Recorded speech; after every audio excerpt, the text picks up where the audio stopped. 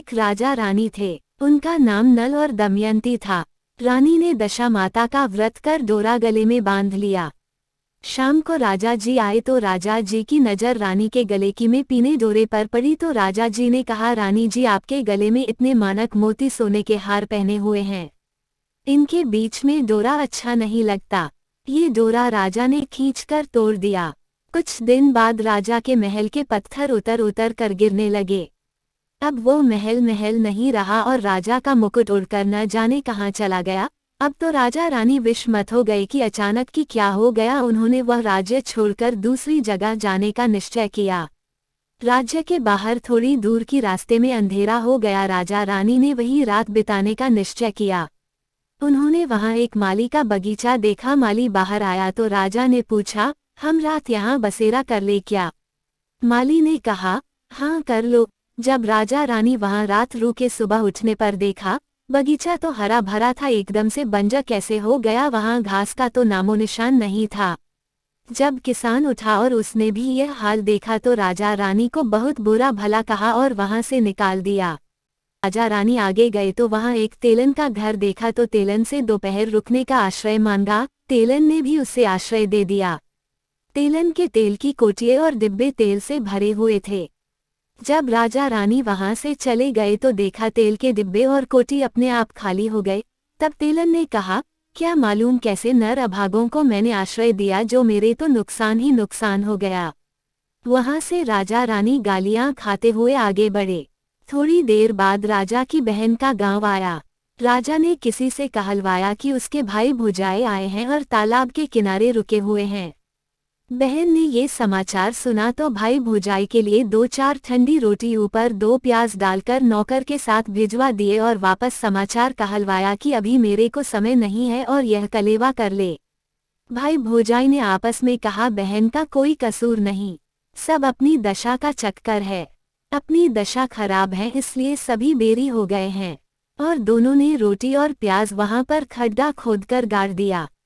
थोड़ी और आगे गए तो राजा का दोस्त मिल गया और कहा कि मेरे घर चलो, और घर ले जाकर उनकी खूब खातिरदारी करी, चाय पानी पिलाया। और भाई दोस्त की घर की एक दीवार पर खूंटी पर एक हार लटका हुआ था, वहीं पर एक मोर बैठा हुआ था, उसने वह हार निगल लिया। राजा रानी वहां से रवाना हो गए। दोस्त की पत्नी ने देखा कि जो हार खूंटी पर टिका हुआ था वह वहां पर नहीं है। दोस्त की पत्नी ने कहा कि जिन्हें आपने घर पर बुलाया था उन्होंने मेरा हार चुरा लिया है। पति ने कहा कि मेरा दोस्त चोर नहीं है, गरीबी के कारण ले गया होगा। राजा रानी ने सोचा कि अब हम दोनों को एक ही जगह पर जाकर रहना चाहिए जहां हमें कोई नहीं जानते हो और कोई नहीं रहे। राजा रानी एक जंगल में चले गए। वहां पर राजा दिन में लकड़ियां की भारी भेजकर उन पैसों से आटा, नमक, मिर्ची आदि लाकर अपना गुजारा करते। एक दिन रानी ने राजा से कहा कि मैं दशा माता का व्रत करूंगी, मुझे कच्चा सूत का डोरा और कोकड़ी लाकर देना। दूसरे दिन राजा ने ज्यादा लकड़ियां इकट्ठी की और रानी के लिए कच्चा सूत और डोरी की गट्ठी भी ले आए।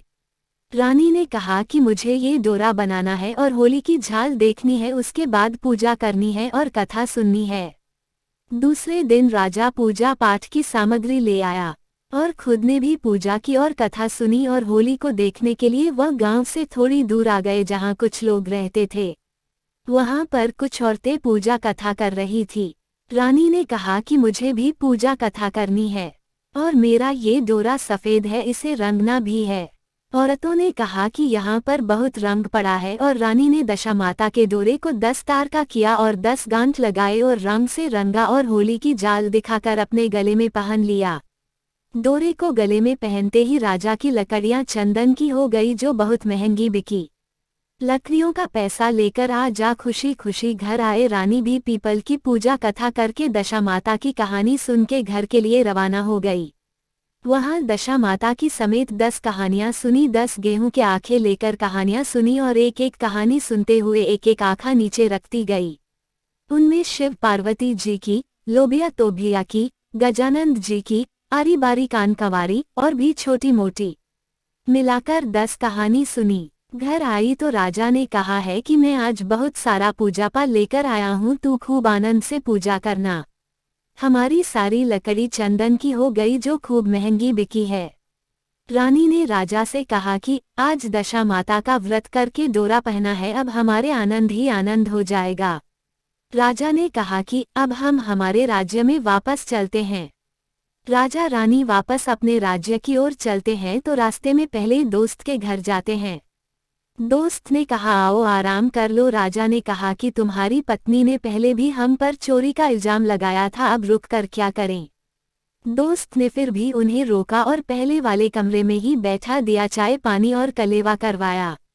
राजा रानी ने देखा कि जो खूंटी पर मोर बैठा हुआ था उसने वह हार वापस उगलना शुरू किया तो दोस्त को आवाज लगाई कि देख तुम्हारा हार मोर वापस उगल रहा है। दोस्त ने देखा तो उसे विश्वास हो गया कि मेरा दोस्त की दशा खराब होने की वजह से उन्हें ऐसा दिन देखना पड़ा।